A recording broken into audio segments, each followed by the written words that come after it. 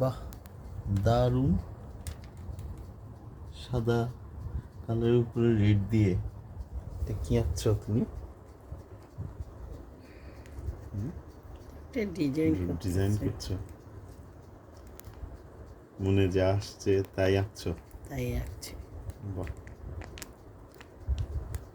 মাটির প্রদীপে, হ্যাঁ, একটা মাটির প্রদীপে সাদা কালার করে, সাদা কালার করে শুকানোর পরে এখন ফেব্রিক কালার দিয়ে উনি আঁকছেন, রেড কালার দিয়ে। হোয়াইট কালারগুলো কি দিয়েছো এখানে? এনামেল? আচ্ছা, হোয়াইট কালারগুলো এনামেল কালার দিয়েছে। এক একটাতে এক এক রকম মজার। এটাতে আচ্ছা কাঁচা আছে না, কাঁচা নেই, শুকিয়ে গেছে। এটাতে আরেক রকম ফুল, এটাতে আরেক রকম ডিজাইন, এরকম করে একটা প্যাটার্ন। এটার ফর্মটাও ইন্টারেস্টিং, একটু জিওমেট্রিক্যাল ফর্ম এটা। আবার এটার একটা রিদম আছে। এটা তো বৃষ্টি মনে হচ্ছে, মাছের পোনাও, এটা মাকড়সার জাল, স্পাইডার নেট, এটা ট্রি। বাহ, এটা আরেকটা ট্রি। এটা কি পাখি?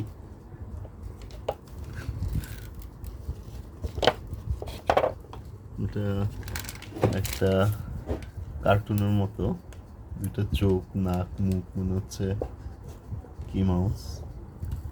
এটা লক্ষ্মীর পা, একটু মজার একটা মোটিভ ফর্ম। এটা স্নেক টাইপ কিছু। বাহ, তুমি তো এক একটা, এটা চোখের মতো কিছু একটা, এটাও মেবি ফিশ টাইপ কোনো কিছু হবে।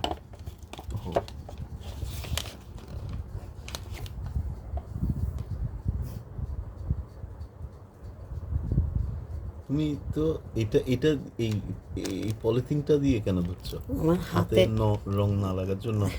তো এই রংটা উঠে যেত না? এই রংটা উঠে গেল, তারপরেও আমার হাতটা ভরলো না। ও আচ্ছা, ফ্রেশ থাকলো। তো এটা তো পানি দিয়ে ধুয়ে উঠে যেত। এটা অ্যানিমাল কালার না। না, তুমি হাতে দিয়ে ধরলে আরো শক্ত হতো না? এটাতে তো ধরতে পারছো না, তো প্রয়োজন হচ্ছে না তোমার।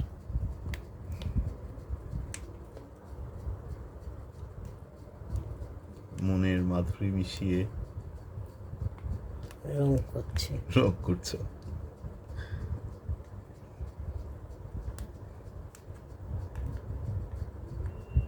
সামনে পূজার জন্য করছি। ও,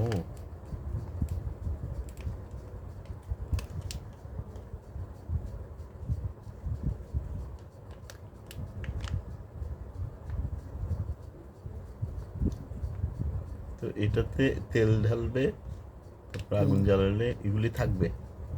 হ্যাঁ, এগুলি দেখা যাবে তেলের থেকে, না? দেখা ডিফারেন্ট লাগলো। বাতিটা সুন্দর লাগবে। আসলে কাজ করতে চাইলে কত রকম কাজ করা যায়, কত রকম চিন্তা। যে আমি এই জিনিসটা মাটির প্রদীপের যে কালার আছে ওই কালারটা রেখেই তো আসলে তেল ঢেলে দিয়ে দেওয়া যায়, তাই না? কিন্তু একটু সুন্দর বা একটু ডিফারেন্ট কিছু করতে চাইলে এই ধরনের কালার করে একটা ড্রয়িং করে দিলে দেখতে খুব সুন্দর লাগবে।